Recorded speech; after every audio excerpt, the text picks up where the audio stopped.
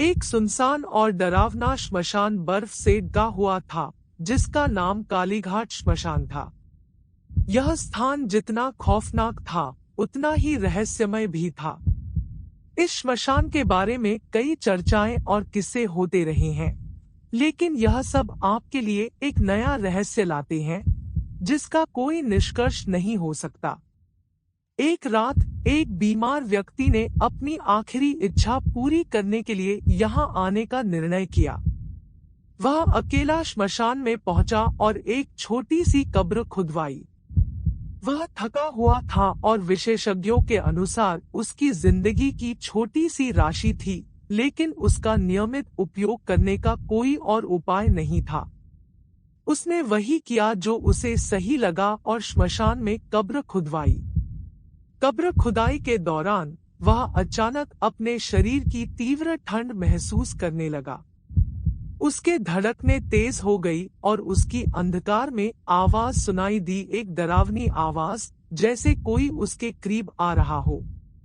वह धीरे धीरे अपनी आंखें खोलने की कोशिश किया, लेकिन वह कुछ भी नहीं देख पा रहा था।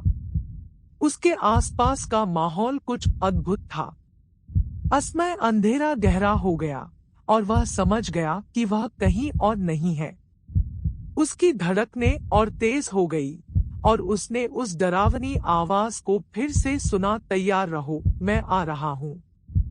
वह यह नहीं समझ पा रहा था कि वह श्मशान के अंदर कैसे पहुंच गया था और वहां क्या हो रहा था।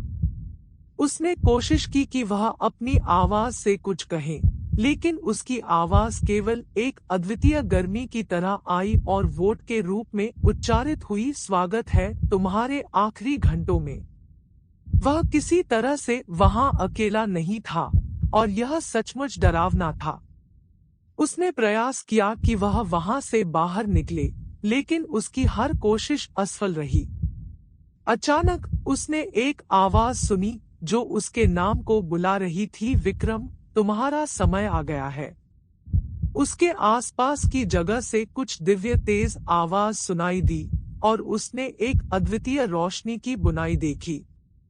उस रोशनी की बुनाई से कुछ बड़ी चीजें प्रकट हुई जो डरावनी थी, विचित्र रूप वाले पशु, डरावने चेहरे और अद्वितीय मकबरों के साथ विचित्र तरीके से लगे थे। वह जगह अब पूरी तरह से अद्वितीय और डरावनी थी और वह जानने का प्रयास कर रहा था कि ये सब कैसे हुआ। उसका दिल तेज धड़क रहा था और वह डर के मारे थे, लेकिन उसे इसका समय नहीं मिला कि वह यह सब समझ सके। अचानक एक और आवाज सुनाई दी, वह डरावनी आवाज जो पहले से भी डरावनी थी, रुको, तुम्हारा समय आ गया है। उसका नाम अब एक विचित्र स्वर में बुलाया जा रहा था और वह समझ गया कि वह इस अद्वितीय स्थिति में आकर फंस गया है।